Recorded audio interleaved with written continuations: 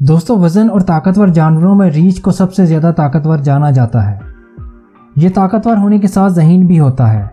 शेर और टाइगर जैसे ख़तरनाक जानवर भी इससे दूर ही रहना पसंद करते हैं। लेकिन जंगल में एक ऐसा जानवर भी है जो मौका मिलने पर इस दियो-हेकल जानवर को चैलेंज करता रहता है। जी हाँ, हम बात कर रहे हैं भेड़िए की। इस वीडियो में हम आपको भालू और भेड़िए की कुछ फाइट्स दिखाएंगे और इस बात का फैसला आप पर छोड़ देते हैं कि कौन ज़्यादा ज़िद्दी शिकारी है।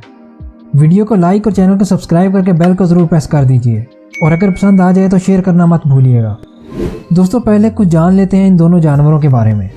दोस्तों, नॉर्थ अमेरिका में 3 तरह के भेड़िए पाए जाते हैं, जिनमें ग्रे, रेड और ईस्टर्न वुल्फ शामिल हैं, लेकिन ज़्यादातर रेड वुल्फ ही देखने में आता है। दोस्तों, ये बात तो आप सब ही जानते होंगे कि जंगल की लाइफ आसान नहीं होती। यहाँ हर वक्त खतरों के बादल छाए रहते हैं। जिंदा रहने के लिए 2 ही रास्ते होते हैं, या तो आप खुद ताकतवर बनिए या फिर ग्रुप में रहना सीख लीजिए। आज की इस वीडियो में हम जिन 2 जानवरों की बात कर रहे हैं, उनमें एक तो इतना ताकतवर है कि अकेला रहना पसंद करता है, जबकि दूसरा छोटा और कम ताकतवर है, लेकिन ये इकट्ठे मिलकर ग्रुप में रहते हैं और किसी पर भी हमला कर देते हैं।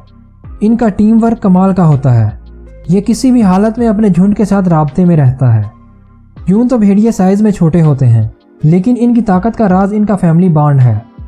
ये इतना मजबूत होता है कि ये भालू जैसे ताकतवर जानवर से भी पंगा ले लेते हैं और कई बार इन भेड़ियों से जान छुड़ाने के लिए बियर को भागना पड़ता है। दोस्तों, जंगल में कुछ जानवर तो ऐसे होते हैं जो अपने दम पर शिकार करते हैं और कुछ ऐसे होते हैं जो दूसरों का शिकार चुरा कर खाना पसंद करते हैं, और ये दोनों काम भेड़िया शौक से कर लेता है। ये शिकार भी कर सकते हैं और मौका मिलने पर दूसरों का शिकार छीन भी लेते हैं। अब थोड़ा बात कर लेते हैं बियर की। बियर की नस्ल में ब्राउन बियर बेहद ताकतवर और ख़तरनाक होता है। वज़न और ताकत के सामने इनका कोई जवाब नहीं होता। ये ताकतवर होने के साथ ज़हीन भी होते हैं। इनके सूंघने की हिस्स बहुत ज़्यादा होती है।